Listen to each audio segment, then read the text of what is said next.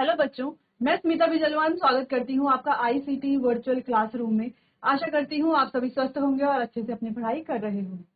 बच्चों, आज हम पढ़ने जा रहे हैं क्लास 12 की केमिस्ट्री। क्लास 12 केमिस्ट्री में हमारा चैप्टर चल रहा था केमिकल काइनेटिक्स। इसमें हमने जो जो टॉपिक्स पढ़ लिए हैं उन्हें एक बार रिवाइज कर लेंगे और उसके बाद जो है आगे अपने चैप्टर को कंटिन्यू करेंगे। तो बच्चों, ये जो ग्राफ हमें दिख रहा है कंसंट्रेशन और टाइम का ग्राफ, तो यहाँ पर देखो रिएक्टेंट है जो टाइम के साथ साथ उसकी कंसंट्रेशन क्या हो रही है, कम हो रही है। और एक टाइम ऐसा आता है जब रिएक्टेंट की कंसंट्रेशन क्या हो जाती है, पूरी जीरो हो जाती है। ठीक, और जो हमारा प्रोडक्ट है उसकी कंसंट्रेशन जीरो से बढ़ करके क्या हो जाती है, ज्यादा हो जाती है। ठीक, यानी कि दो चीजें हमें दिख रही है कि टाइम के साथ जैसे जैसे टाइम बढ़ रहा है रिएक्टेंट की कंसंट्रेशन कम होती है और प्रोडक्ट की कंसंट्रेशन ज्यादा हो जाती है। ठीक है, ये हमने किसमें पढ़ा, इंस्टेंटेनियस रेट और एवरेज रेट में। ठीक, चलिए, तो ये टॉपिक हम कवर कर चुके हैं बच्चों अपने प्रीवियस लेक्चर्स में। चलिए, तो हम बात कर रहे थे मॉलिक्यूलैरिटी और ऑर्डर की अपने प्रीवियस लेक्चर में, जहां पर हमने मॉलिक्यूलैरिटी के बारे में थोड़ा बहुत जाना था और ऑर्डर के बारे में भी थोड़ा बहुत पढ़ा था। अब मॉलिक्यूलैरिटी और ऑर्डर को एक बार हम फिर से रिवाइज कर लेंगे बच्चों। तो मॉलिक्यूलैरिटी क्या होती है, molecularity of a reaction is simply the number of reacting species, यानी कि कितने उसमें रिएक्टिंग स्पीसीज यानी कितने एटम्स हैं, आयन्स हैं या मॉलिक्यूल्स हैं involving in an elementary reaction. किसकी बात हो रही है यहाँ पर, एलिमेंट्री रिएक्शन की बात हो रही है। विच मस्ट कोलाइड साइमल्टेनियसली, जिसमें जो हमारे मॉलिक्यूल्स हैं वो क्या होते हैं, मॉलिक्यूल्स हो या एटम्स हो या आयन्स हो, वो क्या करते हैं, साइमल्टेनियसली कोलाइड करते हैं। तो इसको हमने कोलिजन थ्योरी से भी पढ़ा था कि कोलिजन थ्योरी में क्या होता है कि दो हमारे क्या है जो रिएक्टेंट है, दो या दो से ज्यादा जो रिएक्टेंट है वो क्या होते हैं, कोलाइड होकर के क्या बनाते हैं, कोलाइड होकर के आपस में टकरा करके, है आपस में कोलाइड करके क्या बनाते हैं, प्रोडक्ट बनाते हैं। इतनी बात समझ में आ गई। जैसे कि हमने कहा था कि H2 है और O2 है, ये दोनों आपस में क्या करेंगे, कोलाइड करेंगे। क्या करेंगे, आपस में कोलाइड करेंगे। और आपस में कोलाइड करके क्या बनाएंगे, H2O बनाएंगे। क्या बनाएंगे, H2O बनाएंगे। तो क्या हमेशा ऐसा जरूरी है कि जब हम दो या दो से ज्यादा रिएक्टेंट को कोलाइड करें, है ना, कोलाइड करने की कोशिश करें, तो क्या वो हमेशा कोलाइड करके जो है प्रोडक्ट बनाएंगे, क्या ऐसा होता है?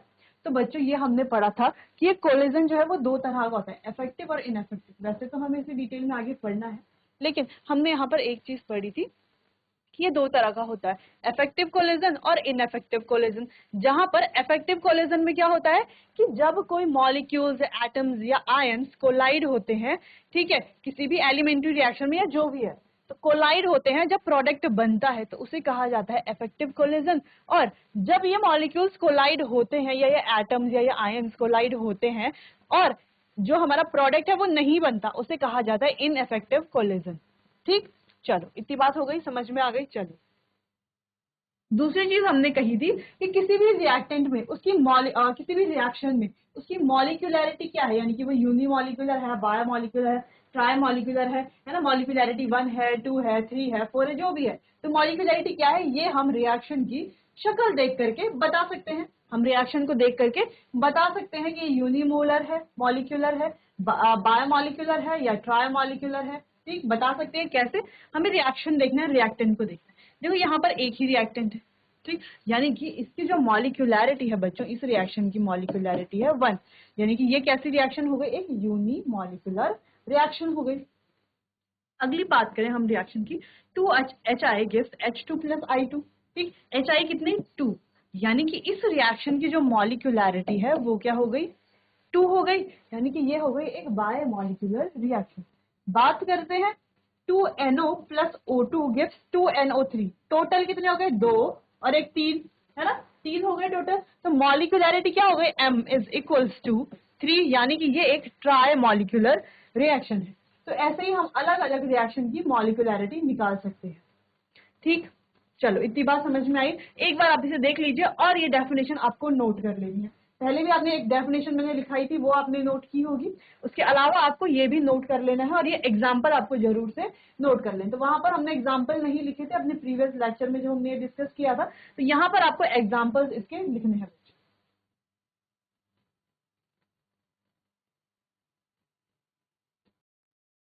चलिए, तो अब आगे बढ़ते हैं। अगला है मॉलिक्यूलरिटी ऑफ अ रिएक्शन में एक चीज डिस्कस करनी है कि why the reaction having molecularity greater than 3 is rare. यानी कि किसी भी रिएक्शन में मॉलिक्यूलरिटी, अभी हमने क्या देखा कि मॉलिक्यूलरिटी 1 हो सकती है, 2 होती है, मॉलिक्यूलरिटी 3 होती है, लेकिन मॉलिक्यूलरिटी ग्रेटर देन 3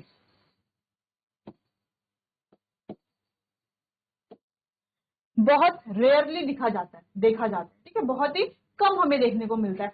ऐसा क्यों होता है बच्चों?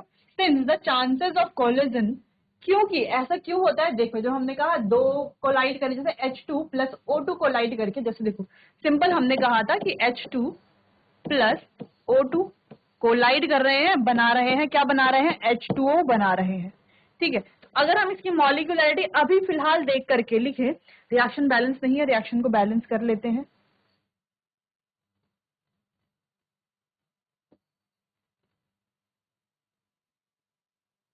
ठीक है, चलो अब रिएक्शन बैलेंस है, ठीक। तो इसकी मॉलिक्यूलरिटी अगर हम लिखना चाहे तो लिख सकते हैं, देख करके सिंपल लिख सकते हैं, लेकिन मॉलिक्यूलरिटी 3 से ज्यादा होना रेयर क्यों है?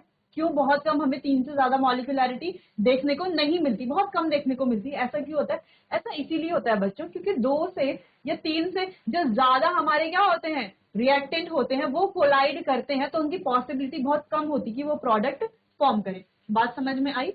यानी कि since the chances of collision and reaction of more than 3 molecules at a time are very less, यानी कि 3 से ज्यादा मॉलिक्यूल्स की रिएक्शन एक ही समय पर या उनका कोलाइड करना एक ही टाइम पर और प्रोडक्ट भी बनाना, ये क्या होता है? बहुत ही ज्यादा मुश्किल या बहुत ही कम हमें देखने को मिलता है। इसके चांसेस क्या होती है, यानी कि इसकी जो प्रोबेबिलिटी है वो बहुत कम होती है। इसीलिए the molecularity greater than 3 is rare, इसीलिए 3 से ज्यादा मॉलिक्यूलरिटी हमें रेयरली देखने को मिलती है। ठीक है बच्चों, चलिए तो इतना आप नोट कर लीजिए।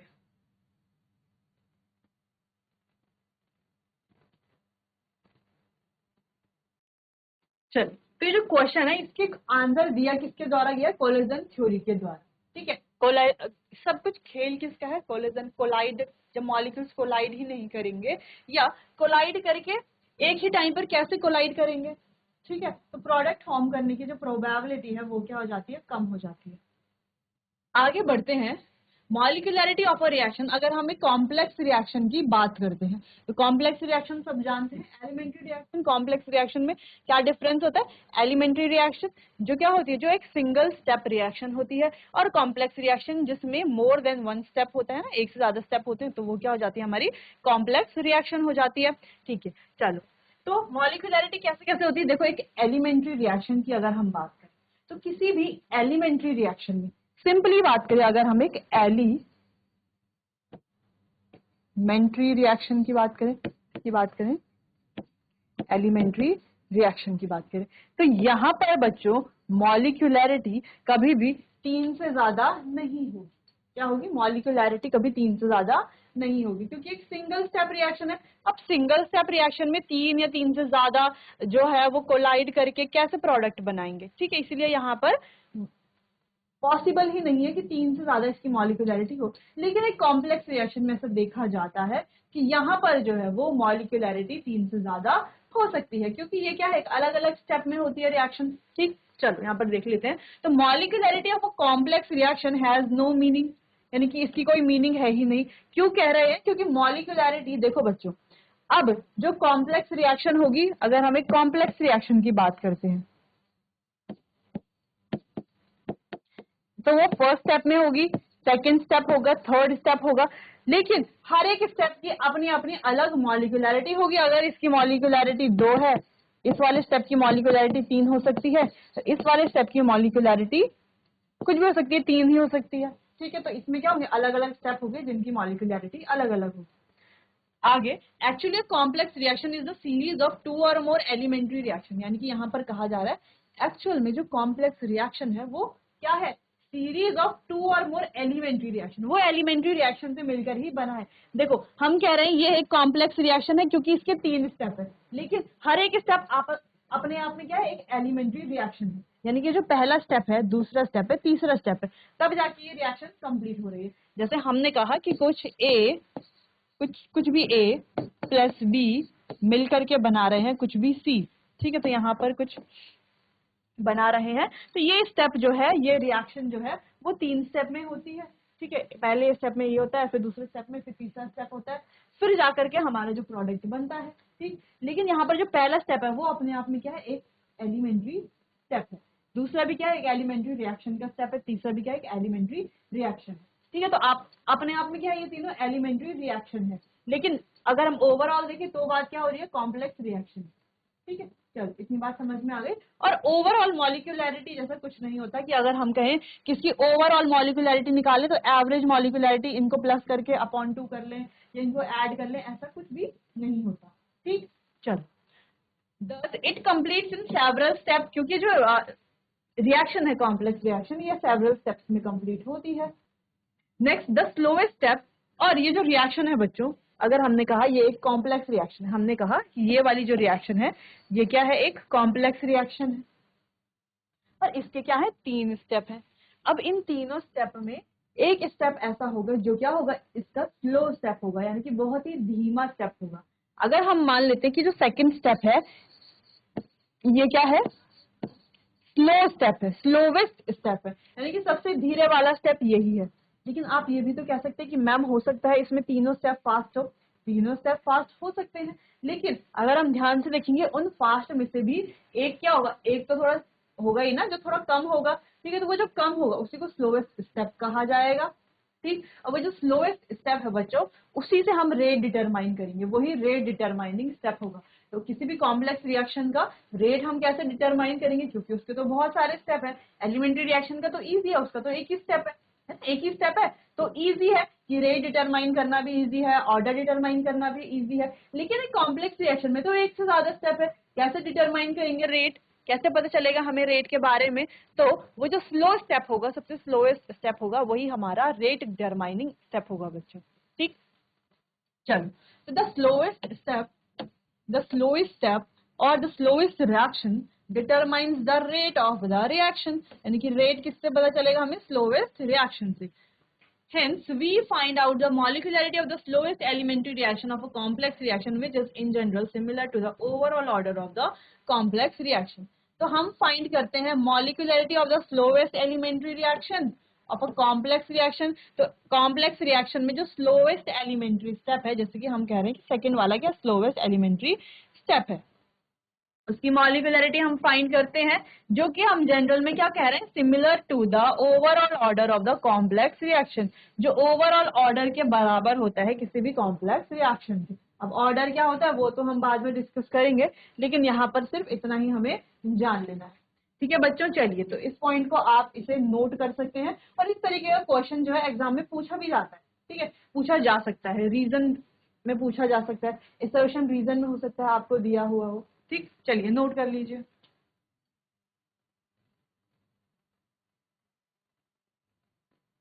चलिए, इतनी बात समझ में आ गई। इसके अलावा हमें एक चीज और यहाँ पर ध्यान देनी है कि किसी भी रिएक्शन की अगर हम मॉलिक्यूलैरिटी के बारे में बात करते हैं, ठीक है, तो किसी भी रिएक्शन की मॉलिक्यूलैरिटी ना तो कभी 0 होती है, ना तो नेगेटिव होती है, ना तो इनफाइनाइट होती है, और ना ही फ्रैक्शनल होती है, ठीक है। यानी कि हम यहाँ पर सिंपली लिख सकते हैं मॉलिक्यूलैरिटी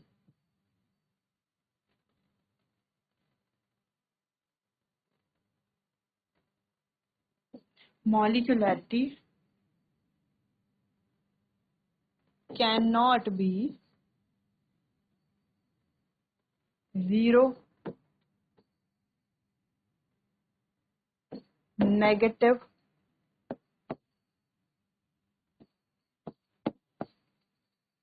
fractional and infinite।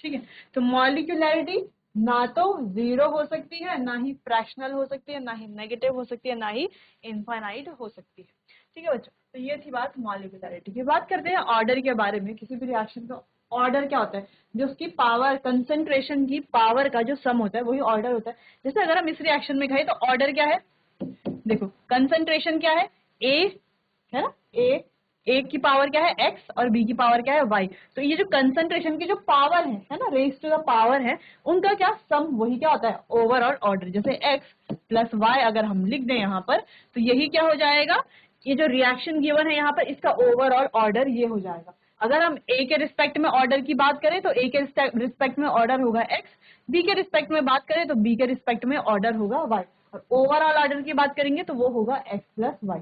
ठीक है, तो यहाँ पर लिखा हुआ भी है, चलो लिखा है तो the sum of power of the, simple देखो क्या मतलब है, रटना नहीं है, जो हमने रिएक्शन में देखा वही तो हम पढ़ रहे हैं। हमने क्या बोला था कि सम ऑफ, सम है किसका, पावर्स का, किसकी पावर का सम है, कंसंट्रेशन की। ये जो कंसंट्रेशन है ए, कंसंट्रेशन ऑफ द रिएक्टेंट, जो भी हमारे रिएक्टेंट है। अच्छा बच्चों, सिर्फ रिएक्टेंट की यहाँ पर बात हो रही है, प्रोडक्ट की बात नहीं हो रही। सिर्फ किसके बारे में, ऑर्डर हमें किससे पता चलेगा, सिर्फ और सिर्फ रिएक्टेंट से पता चलेगा। Reactants in the rate law expression, तो रेट लॉ एक्सप्रेशन सबको पता है कि रेट लॉ एक्सप्रेशन क्या होती है। यहाँ पर rate law expression R equals to K, क्या होता है हमारा रेट कांस्टेंट, ये आ जाते हैं हमारे कंसंट्रेशन, और इनकी आ जाती है ये पावर। तो यहाँ पर जनरली ऑर्डर है क्या कि ये जो पावर है किसकी, concentration of the reactant, reactant के कंसंट्रेशन की जो पावर है, कैसे, रेट लॉ एक्सप्रेशन में। कैसे बच्चों, रेट लॉ एक्सप्रेशन में, उसे ही को क्या कहा जाता है, order of that chemical reaction, उसी रिएक्शन का ऑर्डर इसे कहा जाता है। जैसे अगर हम एक रिएक्शन लिखे,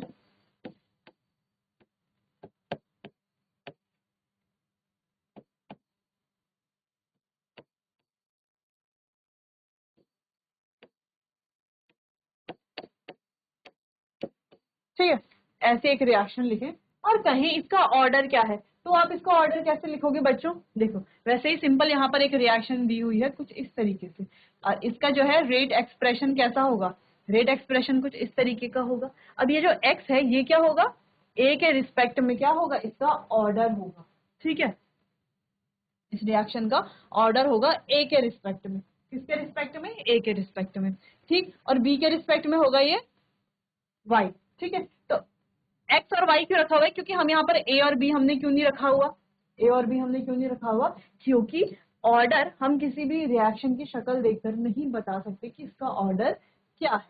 जैसे अगर यहाँ पर मॉलिक्यूलैरिटी की बात होती, यहाँ पर 1 होता, यहाँ पर 2 होता, तो आराम से हम मॉलिक्यूलैरिटी लिख लेते रिएक्शन को देख करके, लेकिन ऑर्डर हम किसी भी रिएक्शन की शक्ल देख करके नहीं लिख सकते। जैसे अगर यहाँ पर है, हमें कहा जा रहा है कि इसका रेट लिखो, है ना, और ऑर्डर भी लिखना है हमें साथ में, तो क्या लिखेंगे, के ए N1 B N2। तो ये क्या, जो हमने ये रेट लिखा है क्या वो सही लिखा है, और ऑर्डर लिखे हैं क्या वो हमने सही लिखे हैं, बिल्कुल हमने ये क्या लिखे हैं, गलत लिखे हैं। ठीक है, ऐसा हमें नहीं लिखना, क्योंकि हमें दिया थोड़ी ना है कि ये N1 है ये N2 है ना। ऐसा सिर्फ कब होता है, जब हमारी रिएक्शन क्या है, एलिमेंट्री रिएक्शन।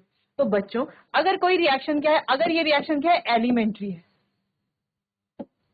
अगर ये क्या है, अगर हमें कहा गया है ये एक एलिमेंट्री रिएक्शन है, यानी कि सिंगल स्टेप रिएक्शन है, तो हमें ऑर्डर ऐसे ही लिखना है, तब तो ये बढ़िया है, तब तो ये हमने सही लिखा है, तब तो ये ऑर्डर सही है। लेकिन अगर हमें नहीं कहा कि ये रिएक्शन क्या है, एलिमेंट्री रिएक्शन, ऐसा हमें नहीं कहा गया, फिर ये गलत है। फिर हम कैसे लिखेंगे, अगर ये रिएक्शन एलिमेंट्री रिएक्शन नहीं है तो लिखा जाएगा कुछ इस तरीके से बच्चों, एक्स और वाई।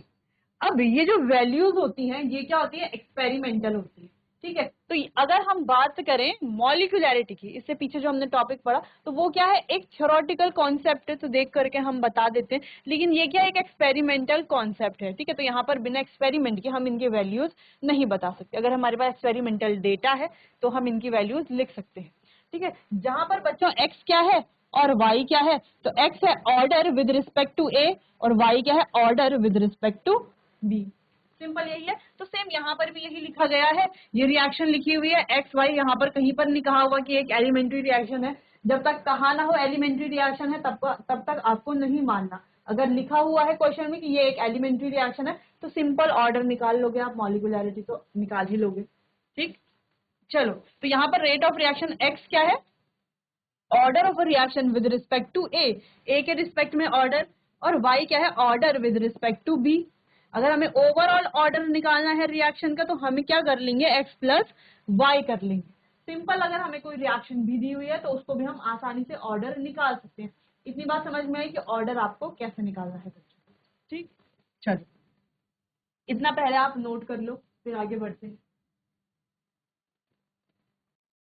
चलो बच्चों, तो एक चीज हम लिखते हैं, एक रिएक्शन लिखते हैं, उसमें आपको ऑर्डर बताना है, फिर हम क्वेश्चन सॉल्व करेंगे जहां पर आपको सिंपली ऑर्डर बताना होगा।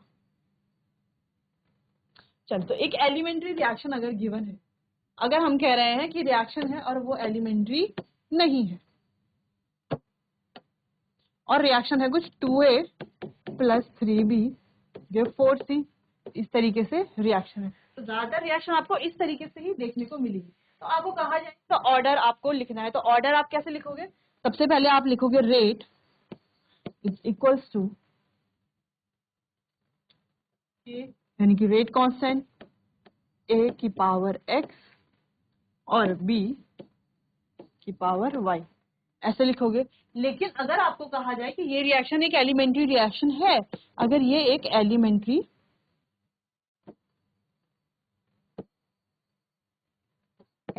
रिएक्शन है तो आपको क्वेश्चन में दिया होगा कि ये एक एलिमेंट्री रिएक्शन है, फिर आप रेट कैसे लिखोगे, देखो कैसे चेंज हो रहा है, रेट इज इक्वल्स टू के, ए हो जाएगा 2 और बी हो जाएगा 3।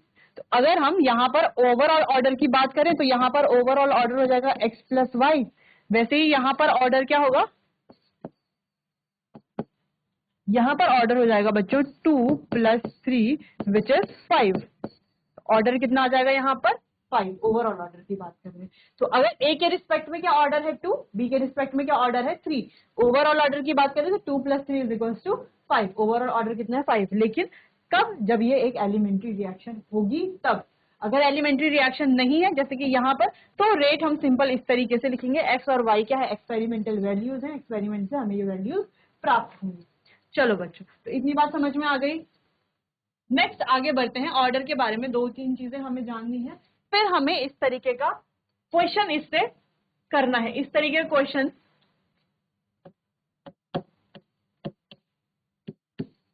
ठीक है, तो ये लिखा हुआ है NO2,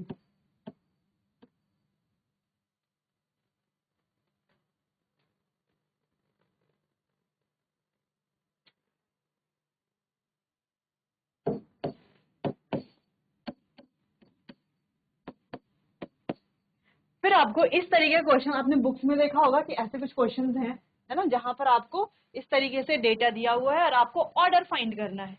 अब ऑर्डर आप फाइंड कैसे करोगे, देखो एक ही रिएक्शन के, देखो 3 बार क्या दिया हुआ है, रेट ऑफ रिएक्शन दिया हुआ है, NO का दिया हुआ है, यहाँ पे O2 के दिए हुए नंबर्स। ठीक है, तो ये डेटा आपको दिया हुआ है, इससे आपको क्या निकालना है, ऑर्डर निकालना है। ऑर्डर NO के रिस्पेक्ट में, ऑर्डर O2 के रिस्पेक्ट में अलग अलग निकालना है, या आपको ओवरऑल ऑर्डर निकालने के लिए भी कहा जा सकता है। तो इस तरीके के क्वेश्चन आपको अटेम्प्ट कैसे करना है वो हम सीखेंगे, लेकिन उससे पहले हमें यहाँ पर कुछ इंपॉर्टेंट पॉइंट्स पता होने चाहिए। ठीक है, चलो, तो order of a reaction can be 0। अब देखो, जैसे हमने मॉलिक्यूलरिटी की बात की थी, तो वो तो ना 0 हो सकती थी, ना तो इनफाइनाइट हो सकती थी, ना फ्रैक्शनल हो सकती थी, ना नेगेटिव हो सकती थी। लेकिन order of reaction can be 0, 1, 2 even up fraction, तो ये 0, 1, 2, 3 कुछ भी हो सकता है और फ्रैक्शन भी हो सकता है। Depending upon order of reaction, reactions are termed as, ठीक है, अगर हम ऑर्डर की बात करें तो ऑर्डर के बाद, अगर हम ऑर्डर की बात करें तो रिएक्शंस जो है वो 0 ऑर्डर रिएक्शन होती है, फर्स्ट ऑर्डर रिएक्शन होती है और सेकंड ऑर्डर रिएक्शन, 3 तरह की ये ऑर्डर रिएक्शंस होती हैं जिनको हमें आगे पढ़ना है बहुत डिटेल में। मेन यहाँ से हमें इनकी क्या करना है, एक्सप्रेशन, इनको डिराइव करना है, फॉर्मूलाज लिखने हैं, इन पे बेस्ड क्वेश्चंस करने हैं, तो ये इंपॉर्टेंट है। ठीक है, अ 0 order reaction means the rate of a reaction is independent. एक 0 ऑर्डर रिएक्शन का मतलब क्या है कि जो रेट है रिएक्शन का वो क्या है, इंडिपेंडेंट है of the concentration of reactant, यानी कि कंसंट्रेशन से इसका जो रेट है वो क्या है, इंडिपेंडेंट, यानी कि रेट जो है वो कंसंट्रेशन पर डिपेंड नहीं कर रहा। ठीक है, सिंपल, जब हम 0 ऑर्डर पढ़ेंगे तो और डिटेल में इसको जानेंगे। लास्ट पॉइंट है, order of a reaction can not be predicted by merely looking at the balanced chemical equation, यानी कि किसी भी केमिकल इक्वेशन को देख करके, केमिकल रिएक्शन की शक्ल देख करके, है ना, उसे देख करके हम उसके ऑर्डर के बारे में नहीं बता सकते। हम मॉलिक्यूलरिटी के बारे में बता सकते हैं लेकिन ऑर्डर के बारे में नहीं बता सकते। That is theoretically but must be determined experimentally, लेकिन इन वैल्यूज को हम कैसे डिटरमाइन करते हैं? एक्सपेरिमेंट। ठीक, तो ये तो बात थी ऑर्डर की। अब बच्चों अपने आने वाले अगले सेशन में हम ऑर्डर ऑफ द रिएक्शन से रिलेटेड कुछ क्वेश्चंस करेंगे, जहां पर हमें अलग अलग रिएक्शंस दी होंगी, उनका एक्सपेरिमेंटल डेटा दिया होगा और फिर हमें ऑर्डर फाइंड करना है। ठीक, चलिए बच्चों, तो मिलते हैं अपने आने वाले अगले सेशन में। तब तक के लिए आपका बहुत बहुत धन्यवाद।